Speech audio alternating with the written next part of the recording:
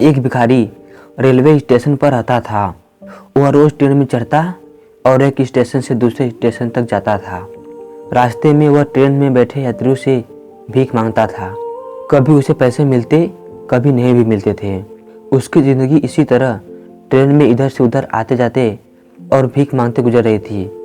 एक दिन वह रोज़ की तरह ट्रेन में चढ़ा और उसमें बैठे यात्रियों से भीख मांगने लगा। वह एक कंपार्टमेंट से दूसरे कंपार्टमेंट में घूम रहा था। तभी एक कंपार्टमेंट की कोने की सीट पर उसे सूट बूट पहना एक व्यक्ति बैठा दिखाई पड़ा। वह व्यक्ति काफ़ी अमीर लग रहा था। भिखारी ने सोचा कि इस मालदार आदमी से ज़्यादा भीख मिलने की गुंजाइश है। वह उसके पास पहुंचा और उससे पैसे मांगने लगा। सूट बूट पहने व्यक्ति ने उसे पैसे देने से इनकार कर दिया, लेकिन भिखारी डटा रहा और उसके पीछे पड़ गया। भिखारी की इस हरकत पर उस व्यक्ति को गुस्सा आ गया।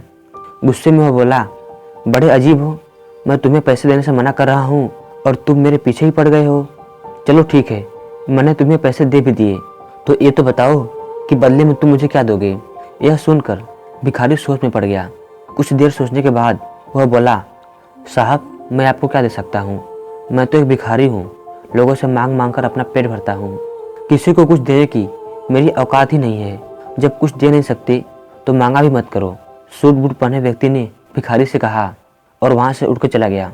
उस दिन भिखारी जब ट्रेन से उतरा तो सोचने लगा कि मैं लोगों को क्या दे सकता हूँ। नज़र इधर उधर दौड़ाने पर उसे फूलों से लदे कुछ पौधे दिखाई पड़े। उसने सोचा, जब कोई मुझे भीख देगा तो बदले में मैं उसे एक फूल दे दिया करूँगा। उस दिन के बाद से वह अपने साथ एक झोले में फूल रखने लगा। जब भी कोई उसे भीख देता वह झोले में से निकाल कर एक फूल उसे दे देता। भीख देने वाला यह देखकर खुश हो जाता। भिखारी को भी यह बड़ा अच्छा लगता। एक दिन ट्रेन में भिखारी को वही सूट बूट वाला आदमी फिर से दिखाई पड़ा। भिखारी उसके पास गया और बोला, साहब अब की बार मेरे पास आपको देने के लिए कुछ है, आप मुझे कुछ पैसे दे दो। उस व्यक्ति ने अपनी जेब से कुछ पैसे निकाले और भिखारी को दे दिए।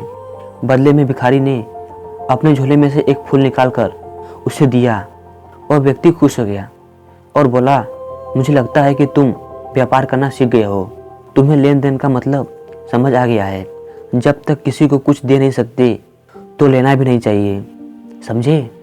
उस व्यक्ति का स्टेशन आ गया। वह ट्रेन से उतर कर चला गया, लेकिन उसकी कही गई बात भिखारी के दिमाग में घर कर गई। जब वह ट्रेन से उतरा तो प्लेटफार्म पर खड़े होकर जोर जोर से चिल्लाने लगा कि मैं भिखारी नहीं व्यापारी हूँ। अब मैं भी सूट बूट पहन कर घूमूंगा, मेरे पास भी ढेर सारे पैसे होंगे।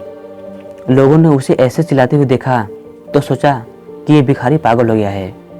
उस दिन के बाद से 6 महीने तक वह भिखारी न स्टेशन पर और न ही ट्रेन में नजर आया। 6 महीने बाद एक दिन ट्रेन में 2 सूट बूट पहने व्यक्ति मिले।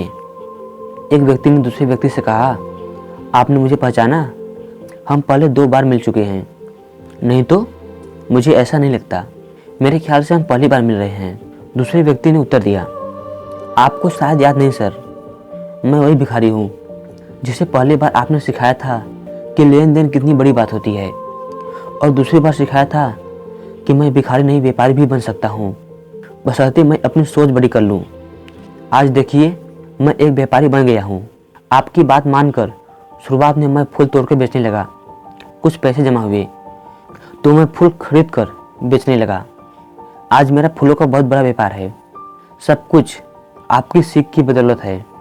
आपका बहुत बहुत धन्यवाद सर, मेरी ज़िंदगी बदलने के लिए। तो दोस्तों, इस कहानी का मूल संदेश यही है कि एक विचार, अगर आप खुद को बदलना चाहते हो तो खुद को बदलने के लिए सिर्फ एक विचार ही काफ़ी है। और सबसे महत्वपूर्ण बात यह है कि जब तक ज़िंदगी में दूसरों को कुछ दे नहीं सकते तो किसी से मांगने की उम्मीद मत रखो। अगर आप किसी से कुछ मांगते हो तो बदले में उसको भी कुछ दो। यही ज़िंदगी का उसूल है। जब तक हम अपनी सोच बड़ी नहीं करेंगे, ज़िंदगी एक ही ढर्रे पर चलती रहेगी। अपनी सोच बड़ी करो, ज़िंदगी बदल जाएगी।